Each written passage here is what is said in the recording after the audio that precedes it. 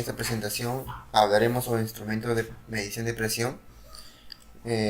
Los integrantes que expondremos este tema hoy seremos mi persona de Carche Yugi Daniel Antoni, compañero que de Bejarano Loaiza Antonio, Castilla Polaya Leonardo Javier, Medina García Cici Almendra. Bueno, comencemos. La definición de presión. Como observamos en la diapositiva, la presión es la magnitud escalar que relaciona la fuerza con la superficie sobre la cual actúa. Por ejemplo, es decir, que cuando sobre una superficie plana de área A se aplica una fuerza normal F de manera uniforme, la presión P viene dada de la siguiente fórmula, que la P sería la presión. Presión es igual a fuerza sobre área. Relación entre diferentes unidades de presión. Bueno, dado que la diferencia entre algunas unidades es tan pequeña, a efectos prácticos, usamos esta equivalencia, que es una atmósfera es igual a un bar, que es igual a un kilogramo sobre centímetros cuadrados, que es igual a 10 MCA, que a su vez es igual a 100 kilopascales. Tipo de presión. Como observamos, tenemos dos tipos de presiones, que es la presión absoluta y la presión manométrica.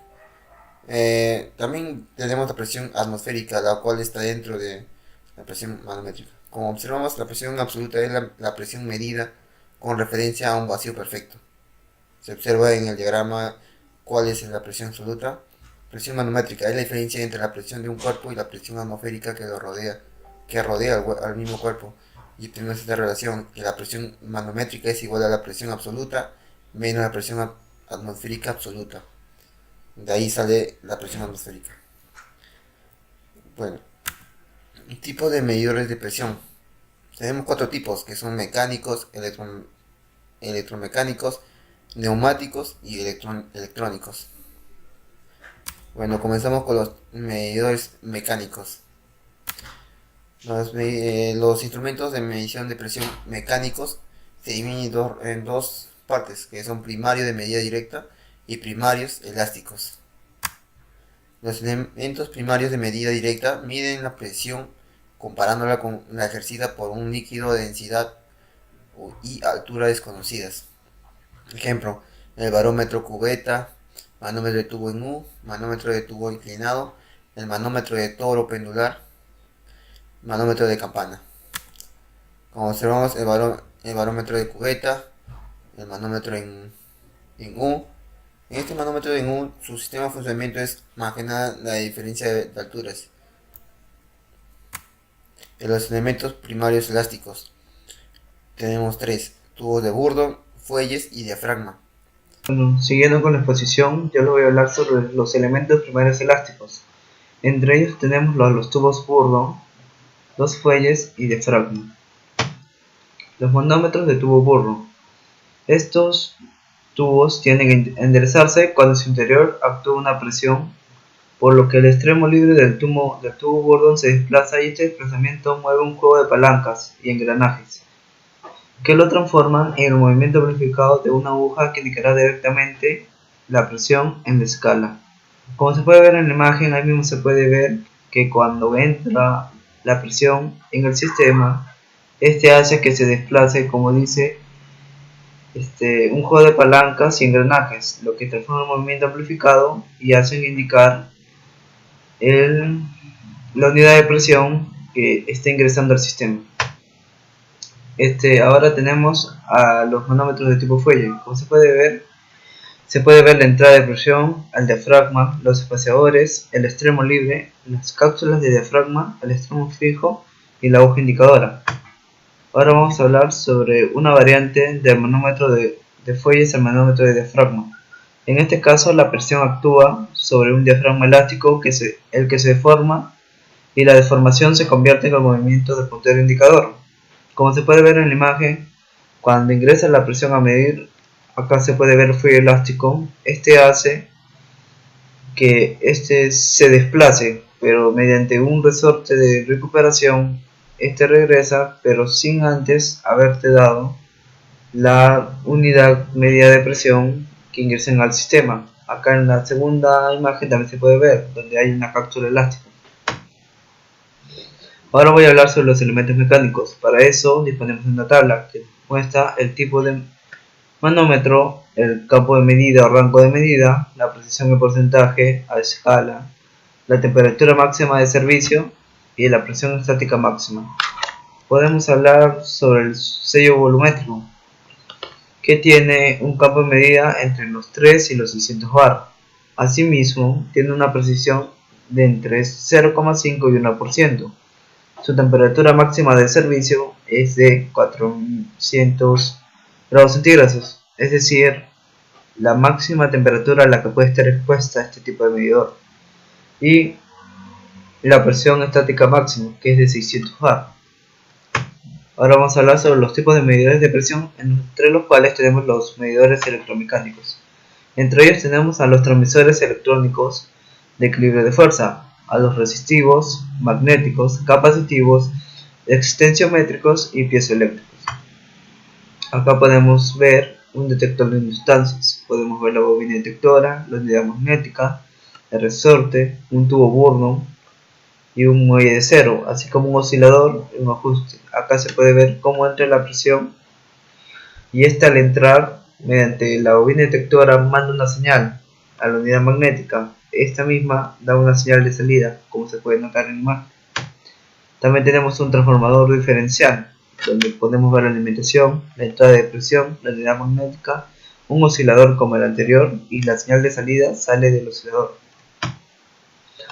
Acá tenemos al detector fotoeléctrico. Acá nos da el indicador, tiene un tubo Burnham, la entrada de presión, el generador tacométrico, el servomotor, un amplificador y la célula fotoeléctrica, que nos ayudará a dar la unidad de presión. La unidad de presión no, sino la medida de presión que está dentro del sistema, la cantidad de presión que está dentro del sistema. Y como último tenemos a los transductores resistivos, donde podemos ver dónde entra la presión y también se puede notar el circuito de puente de Wheatstone. Bueno, ahora les paso a mi compañero para que siga con la exposición. Los transductores magnéticos. Existen dos tipos de transductores magnéticos, el transductor de inductancia variable y el transductor de reductancia variable. Bueno, el transductor de inductancia variable y el transductor de reductancia variable son casi similares. La única diferencia es que el de inductancia variable se trabaja en un campo electromagnético, mientras que el de reductancia variable solo se trabaja en un campo magnético, pero ambas partes trabajan con un núcleo magnético. Ya, los transductores capacitivos se basan en la variación de capacidad que se produce en un condensador al desplazarse una de sus placas de la aplicación de presión. La placa móvil tiene forma de diafragma y se encuentra situada entre dos placas fijas.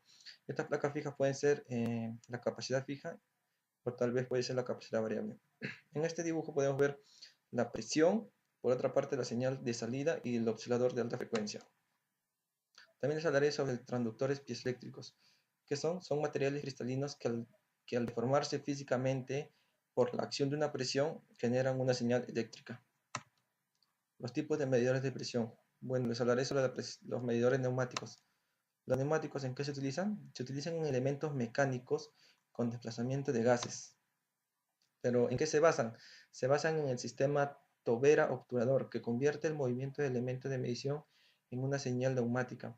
Pero el sistema tobera-obturador, ¿en qué consiste? Consiste en un tubo neumático aumentando a una presión constante con una reducción en su salida en forma de tobera, la cual puede ser obstruida por una lámina llamada obturador, cuya posición depende del elemento de medida.